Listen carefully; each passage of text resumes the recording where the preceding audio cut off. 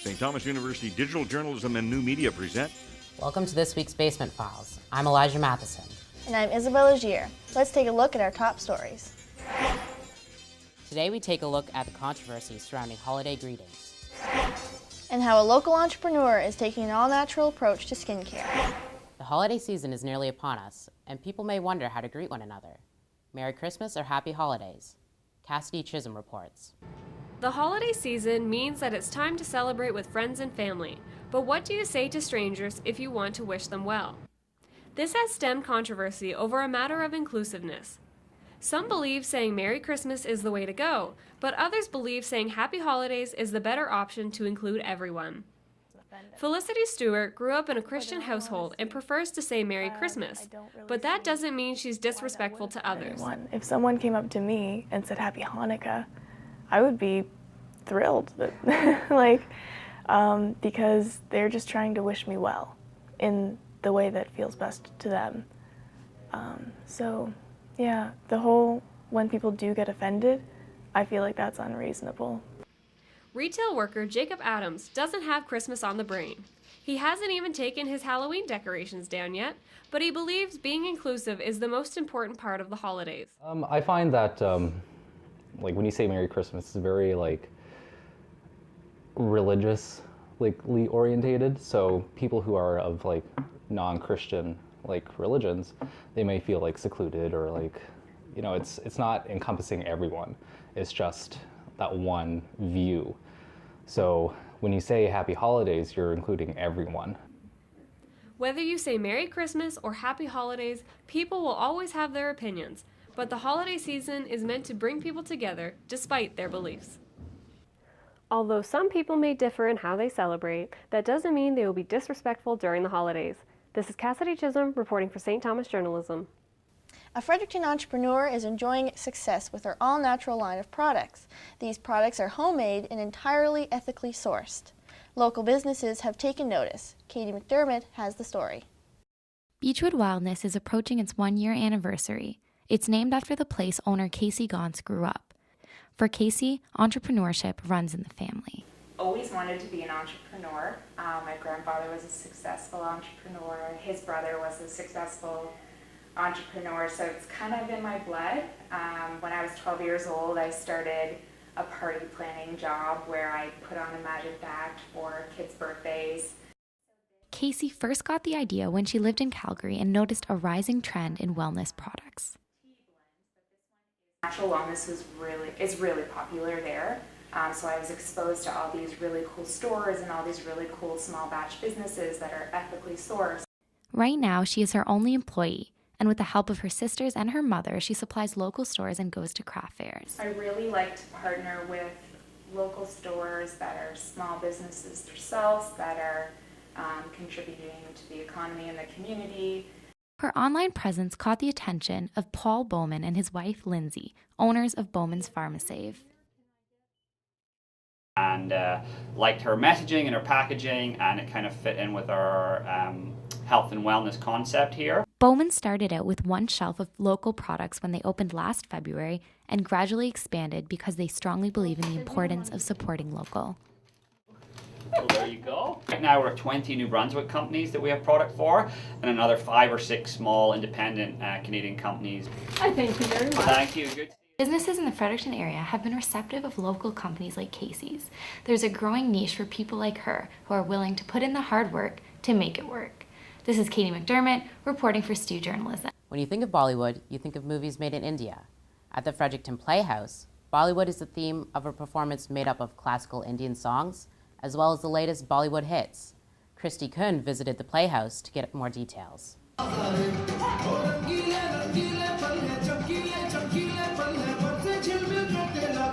The named Hera Indian dance theater performing at the Fredericton Playhouse connects the physical methodology of Western dance with the spiritual philosophies of Indian dance.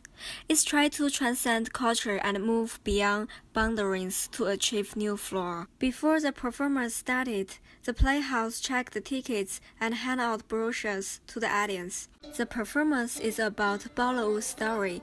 It has 17 chapters and each section section have subtitles to show the background and what happened in the story. Ashley Laub, who is the dance director in this performance.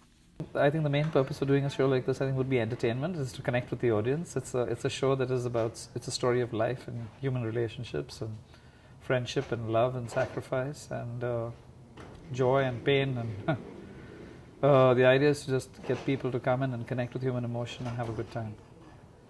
The show is full of foot-tapping music, colorful costumes, and grouping plot.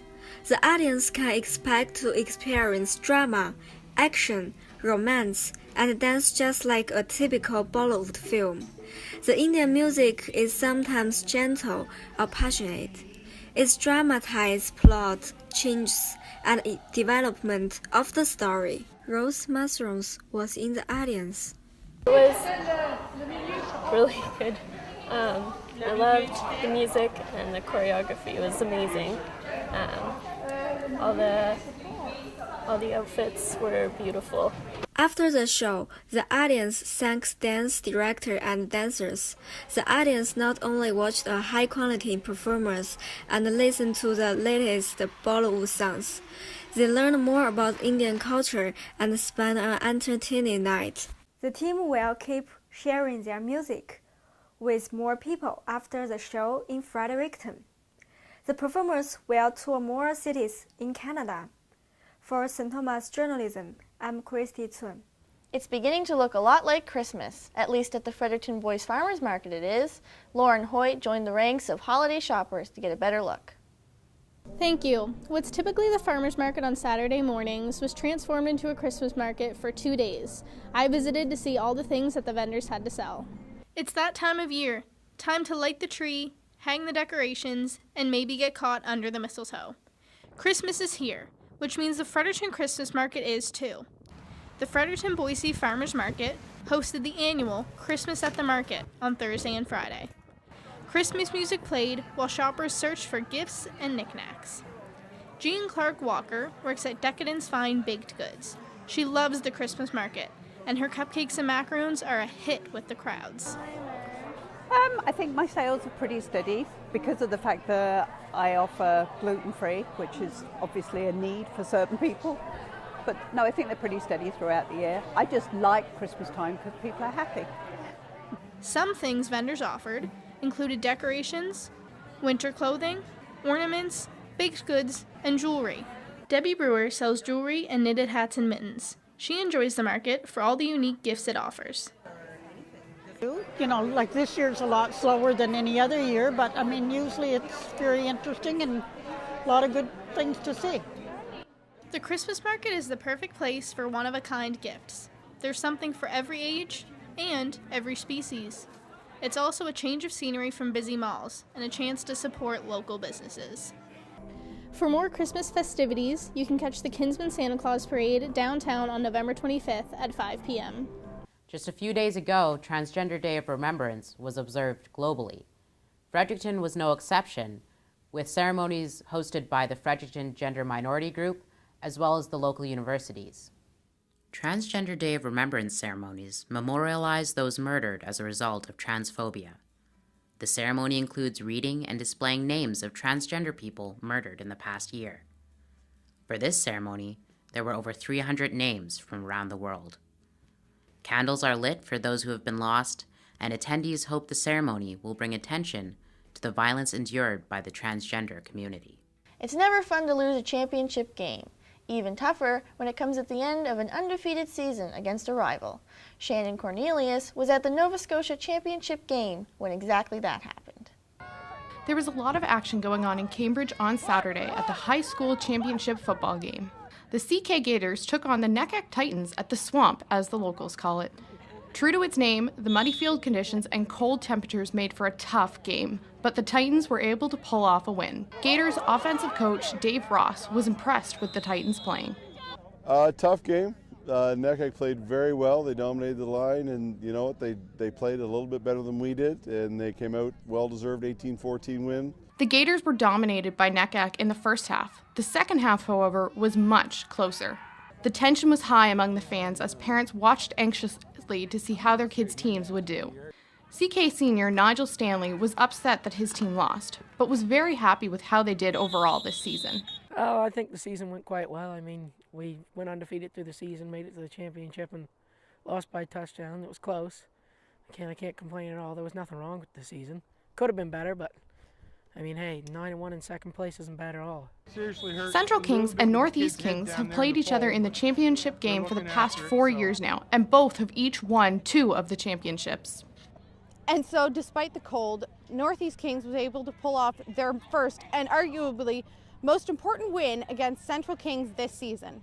For St. Thomas Journalism, I'm Shannon Cornelius. Christmas is coming, and with it, a mass production of goods.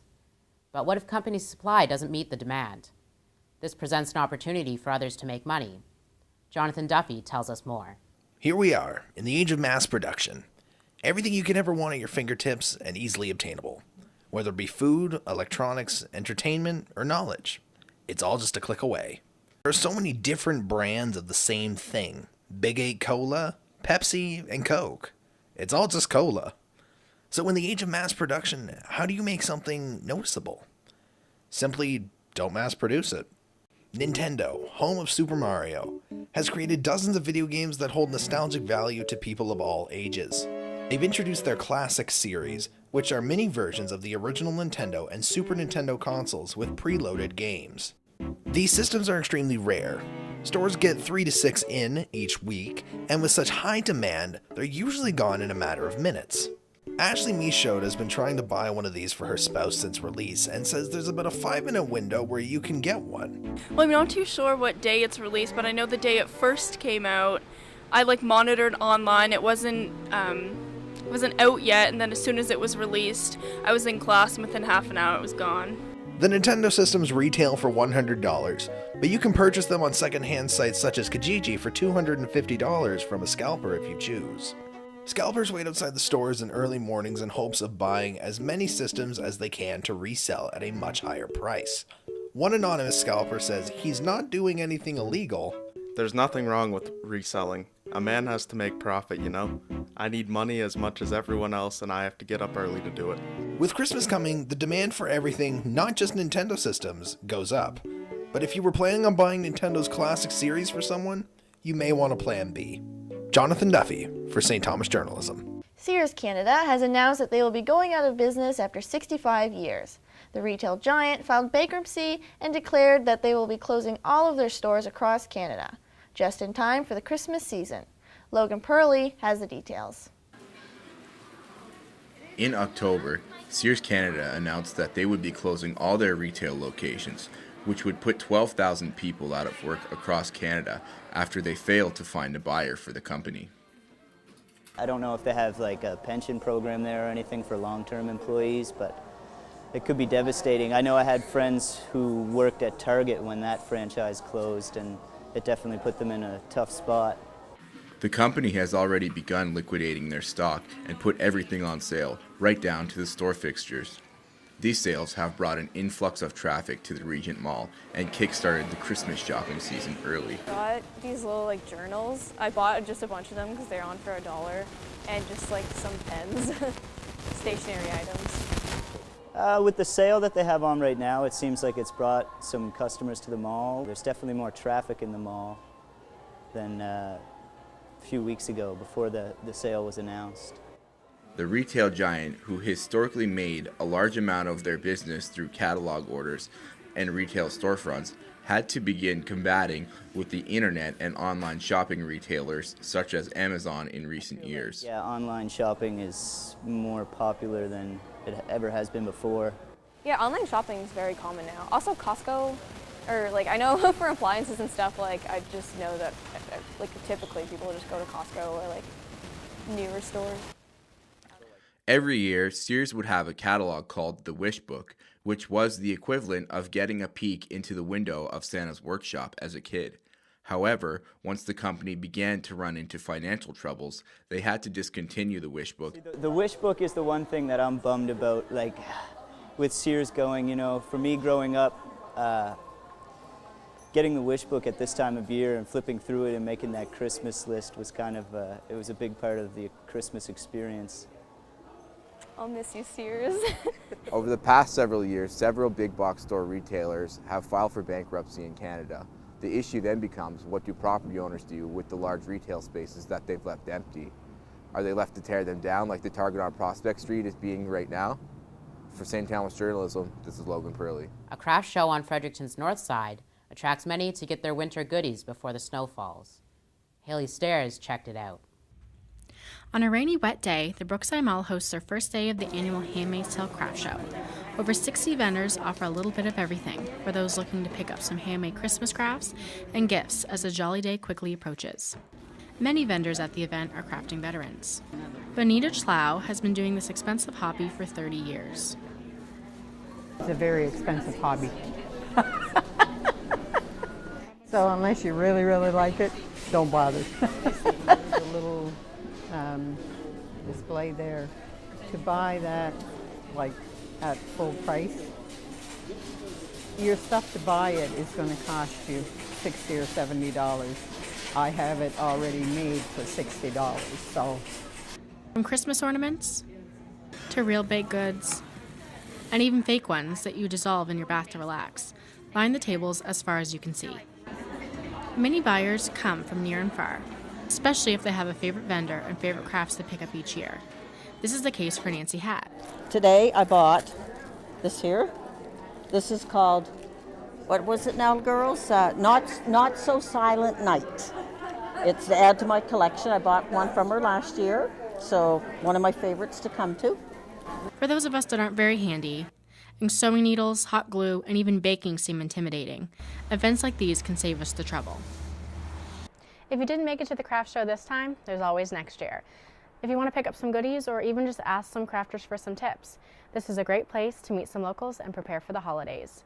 This is Haley Stairs reporting for St. Thomas Journalism. A local entrepreneur is using what most would consider junk to create works of art. Happy Designs is a company run out of a garage in the little town of French Lake. Kimberly Smith started the business 2 years ago because of her passion for crafts.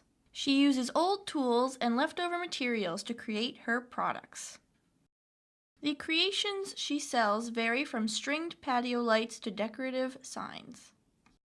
With the help of her handy father and the support of her family, she can continue creating happy designs and selling her creations at local markets and festivals.